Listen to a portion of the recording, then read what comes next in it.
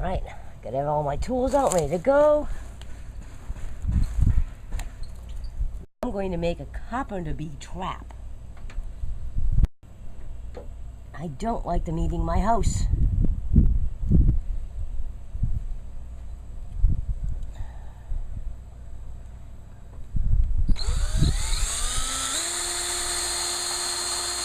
I got my 3/4 inch bit, spade bit actually.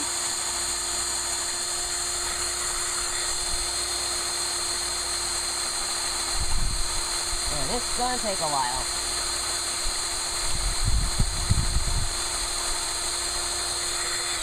Especially with it moving backwards. I was thinking I need to put a piece of tape around my screw bit so I wouldn't go too far, but with it being 9 inches long and this being only 5, I'm good.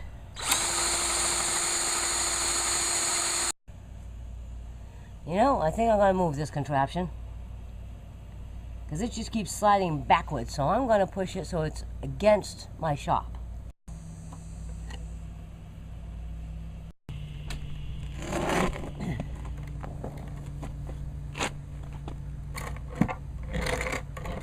There we go.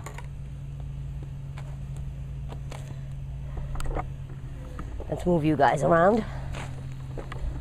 So now that should stop slipping around on me, I hope. Get it right up against the cement. Should give me some leverage. Got it up on a tire my husband found for me so it wouldn't slip around. So let's make this Carpenter Bee trap. Yeah, I just kept going backwards, so. Ah, good idea. I think I'll have to fix these shoes soon.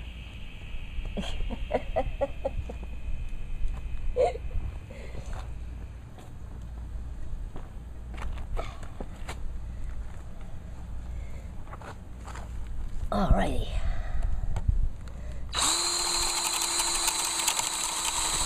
There we go. Now we're cooking with gas.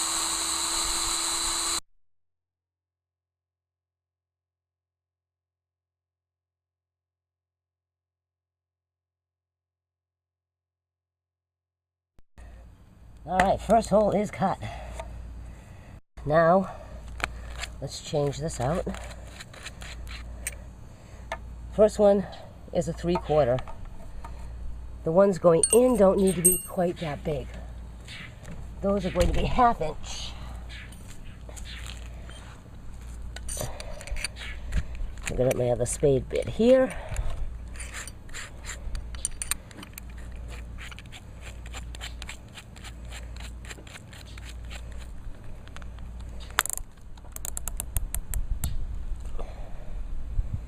Now these have to go up in at a 45-degree angle and connect with that hole.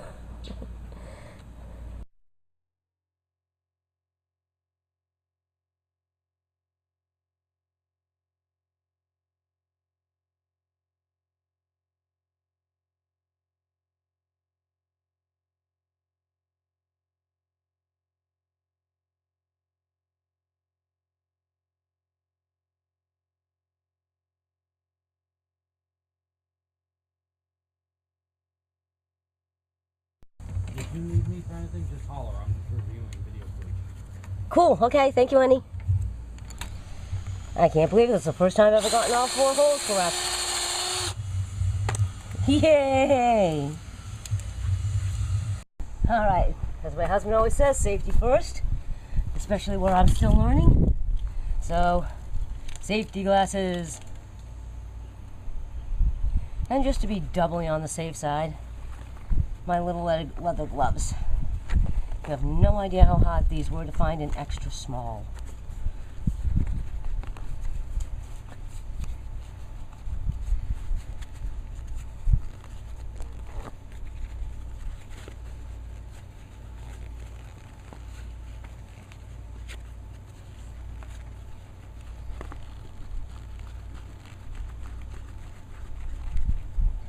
Whew, haven't worn those in a while. I got them wet last time, so a little tight, but they do fit. Let's make sure this works. It's still good, still positioned well. Sorry, I do talk to myself often, unfortunately.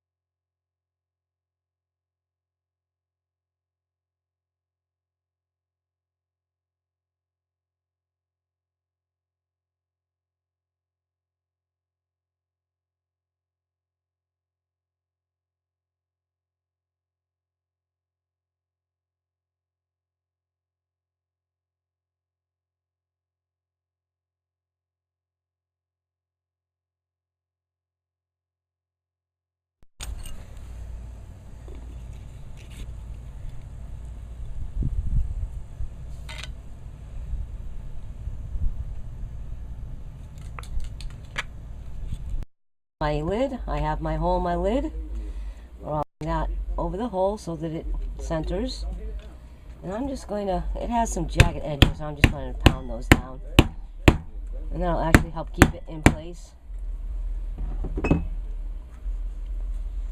Now for the holes, I don't like to be too difficult. I just need a couple of holes for the screws to go in, so I'm just going to use an awl. I don't have to change bits and go.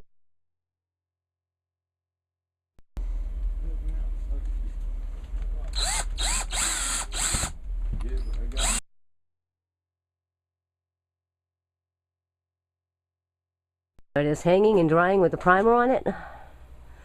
Next we'll be putting the white paint on it. And you don't want to hang around for that, so I'll see you in a few minutes. There we go. Alright.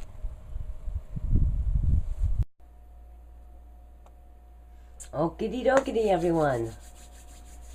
So we have our stuff out. Or I have my stuff out, actually. And I tried to decorate yesterday, and as you saw, it wasn't going very well. So, I even managed to get it on myself, and then make a mess of the side. So, I ended up doing that last night and doing some experimenting on how I could get the marker to stick properly, because it wasn't sticking. It was sticking more to me than it was to the wood. Keep your arm out of the way of the paint. And then my husband reminded me that a little bit of steel wool will take the gloss off of it. And that is what's stopping it from sticking. So, I tried that yesterday, and it obviously worked. You saw the picture. I thought I would do a different flower on each one if I can. So I'm going to try and do that. And I'm doing it mostly in violet,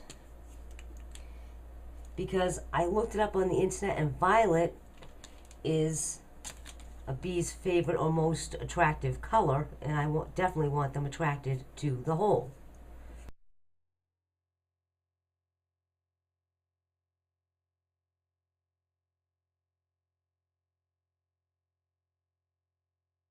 There it is, up there and hanging. My husband put it up for me, because me and ladders don't mix. I'm 5 foot tall, and my body wasn't made for going high up off the ground. That's all there is to it.